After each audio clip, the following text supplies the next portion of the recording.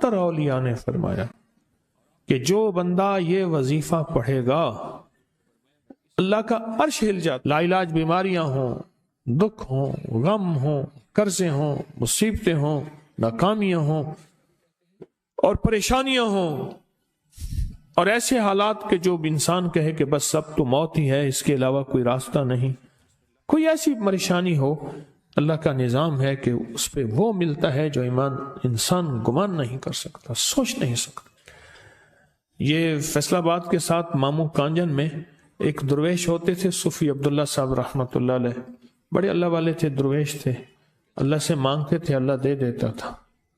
تو مجھے ان کے ایک شاگرد نے بتایا، اردو بازار لاہور میں ہوتے تھے، کہنے لگے کہ میں ایک دفعہ گیا تو مجھ سے فرمانے لگے کہ میرے سارے کے سارے طالب علم استاد جمع ہو کے آ گئے کہ ہمارے جو ہے وہ ہمارے راشن نہیں، کھانا پینا کچھ نہیں، تنخواہیں نہیں ملی، سب چیز ختم ہو چکی ہے، تو اب ہمیں اجازت دے دیں، آپ کے پاس تو ہے نہیں۔ اچھا فرمایا مجھے چند دن دے دو، جتنے اور دن صبر کر لیا، چند دن مجھے دے دو۔ تو فرمایا پھر بیٹھ گئے مصلی، اس کو جو وجدانی کیفیت کے ساتھ دل کی گہرائیوں اندر کے درد کے ساتھ پکارتے تھے، اتنا درد، اتنا غم، اتنا درد، اتنا غم جو پکارتے تھے کہ ایسے محسوس ہوتا تھا کہ زمین ساری کی ساری ہل رہی اور ہر طرف ایک نظام چل رہا ہے۔ اور جب پھر اس صورت کو پورا کرتے تھے، پر بات یہ ہے وہ دعا پڑھتے نہیں تھے، مانگتے تھے۔ ایک ہے دعاؤں کا پڑھنا، ایک ہے دعاؤں کا مانگنا۔ دعا پڑھتے نہیں تھے، مانگتے تھے، اور اللہ مانگنے والے کو دیتا بھی ہے، اللہ مانگنے والے کو عطا بھی کرتا ہے، اور اللہ کی رحمت مانگنے والے کے ساتھ سدا رہتی ہے، ہمیشہ رہتی ہے، کہ ایسے مانگے، ایسا مانگا، ایسا مانگا کہ اللہ پاک کو ترس آیا۔ چند ہی دنوں میں فرمایا اللہ نے دکھایا کہ یہ دیگ ہے سونے کی بھری ہوئی ہے، اور میں نے آپ کے حوالے کر دی، اور تھوڑا سی ایسے جگہ ہٹائی تو وہ دیگ نکل آئی، تو فرمایا پھر مٹھیاں سونے کی بھر بھر کے دیتے تھے، اور کہتے تھے اس کو حسب ضرورت خرچ کرنا، خیال کرنا، کہیں فضول خرچی نہ کرنا، اسراف نہ کرنا، اللہ کے خزانے ہیں اور برکت والے ہیں، کہ اللہ ناراض ہو کے چھین نہ لے،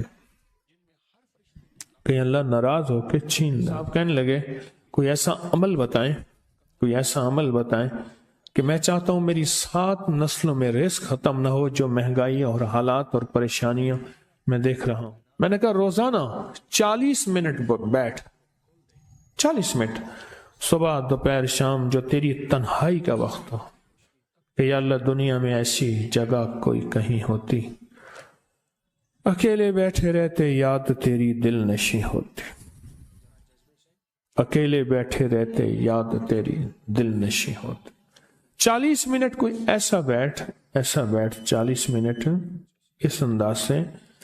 مصلی پہ، کہیں بستر میں، کہیں ایسی جگہ جہاں سوئے نہیں، اور بس صرف ایک بار سورۃ فاتحہ پڑھ، اور اس کے بعد ایاک نعبد و ایاک نستعین کو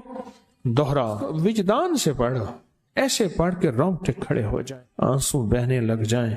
دل کے اندر کا درد اور دل کا اندر کا غم، اور اللہ کے سامنے حاضری، استحضار، یہ کیفیتیں تیری ہوں کہ بس اس کے علاوہ کوئی مجھے یاد نہ رہے، اس درد سے پڑھ 40 منٹ۔ 40 کی عدد کے ساتھ کائنات کے رازوں کا بڑا تعلق ہے،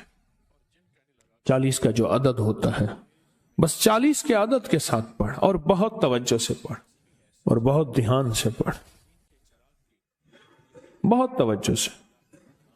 روز پڑھ۔ مجھ سے کہنے لگا کتنے دن پڑھوں؟ تو میں نے اس سے کہا مجھ سے یہ دن نہ پوچھ، تیرا دل خود بولے گا کہ فیصلے ہو گئے ہیں، بس ختم۔